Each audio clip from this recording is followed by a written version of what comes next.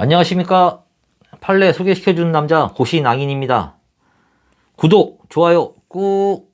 예. 오늘 소개시켜드릴 사건은 헌법재판소 판례 표준어 규정 사건.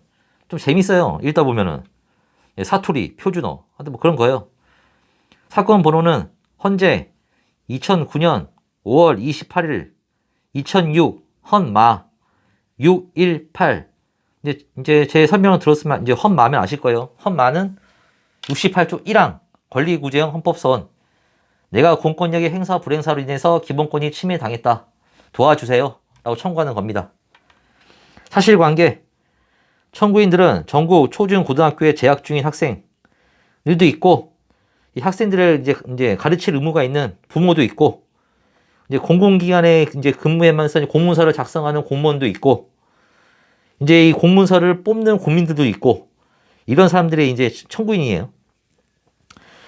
표준어 규정 일부 1장 제1항은 교양 있는 사람들이 두루 쓰는 현대 서울말을 표준어로 규정하고 있습니다. 예. 그러니까 이걸 문제 삼은 거예요.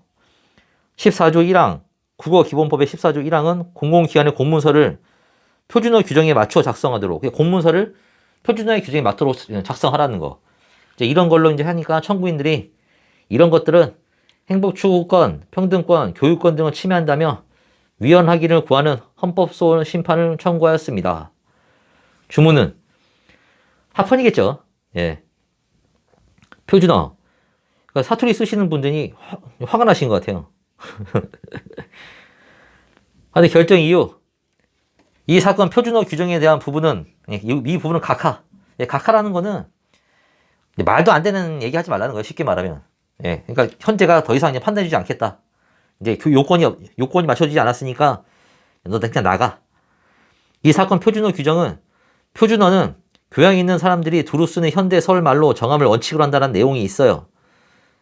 그러니까 이 내용이 표준어의 개념을 정의하는 정의조항이지, 그 정의한 조항이 그 자체만으로는 아무런 법적 효과를 갖고 있지 않아 청구인들의 자유나 권리를 금지 제한하거나 의무를 부과하는 등 청구인들의 법적 지위에 영향을 미치지 않습니다. 그러니까 권리구제형 헌법소원인데 니네 권리에 아무런 그게 없다는 거예요. 침해가. 그래서 이건 이제 판단해주지 않겠다. 그냥 나가. 각하. 이제 국어기본법 14항, 14조 1항, 18조. 이거는 행복추구권을 침해하지 않아 합헌. 이제 이거는 각하는 아니고 이제 들어왔죠. 이거는 왜 안 되는지 설명해 줄게. 라고 이제 설명해 줍니다. 이제 딱 설명해 줘요. 왜 이 표준어가 필요한지. 우리나라는 과거 중국의 강력한 문화적 영향력 아래에 있던 우리나라는 근대 사회에 들어서기 직전까지도 주로 한문으로 문어 생활을 영위하였고, 그 후 일제 강점 과정에서도 모든 공교육과 행정 언어를 일본어에 의하도록 강요받은 등 표준어의 형성에 있어 역사적으로 독특한 진행 과정을 보여왔다. 우리의 역사와 현실 속에서 표준어를 확립하는 것은 단순히 지방 방언 등을 표준어와 구별하는 것만이 아니라 우리의 국어 및 문화의 정체성을 지켜내는 의미를 갖게 되었던 것이다. 예, 이 정도 이제 표준어의 강한 이제 문화의 정체성까지 나왔으면은 합헌이겠죠. 계속해서 공문서에 사용되는 국어가 표준어로 통일되지 않는 경우 의사소통상 혼란을 가져올 수 있다는 점에서 필요 불가결한 규율이다. 예, 공문서에서 표준어 쓰는 거는 어쩔 수 없다는 거예요. 이제 그 교과형 도서.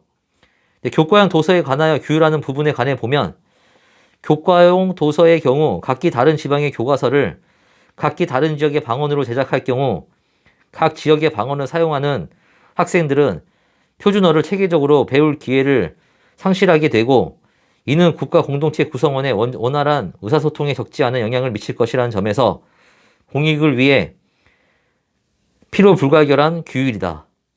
예.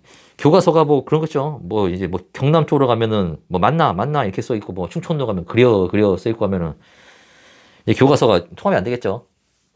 그래서 서울의 역사성, 문화적 선도성, 사용 인구의 최다성 및 지리적 중앙성 등 다양한 요인에 비추어 볼 때 서울말을 표준어의 원칙으로 삼는 것이 기본권을 침해하는 것이라 하기 어렵다. 또한 서울말에도 다양한 형태가 존재하므로 교양 있는 사람들이 사용하는 말을 기준으로 삼는 것은 합리적인 기준이라 할 수 있다. 이게 웃기더라고요. 이게 웃기더라고요. 서울말에 다양한 형태 존재하는데 교양 있는 사람들? 교양 있는 사람들이 어딜까요? 누가 교양 있는 사람일까요? 우리는 교양이 있나요? 결국 이 사건 심판 대상인 국어기본법 14조 1항 18조가 과잉금지 원칙에 위배하여 행복 추구권을 침해하는 것으로 헌법에 위반된다고 보기 어렵다. 합헌. 네. 이제 이거에 반대 의견도 있죠, 당연히. 이제 반대는 이제 이건 위헌이라는 거죠.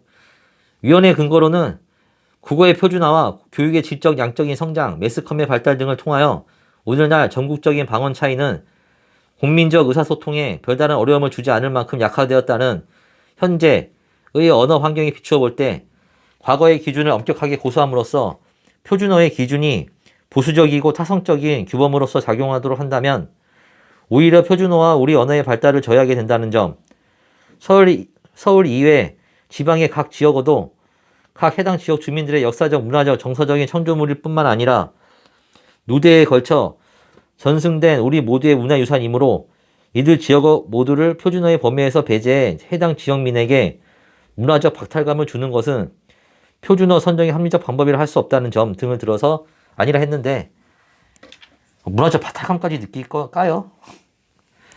하여튼 이래서 반대 의견이 있었어요. 하여튼 이제 우리 헌법재판소 결정은 합헌, 표준어 써라 는 겁니다. 오늘의 설명은 여기까지. 구독, 좋아요 꼭. 다음 시간에 뵙겠습니다.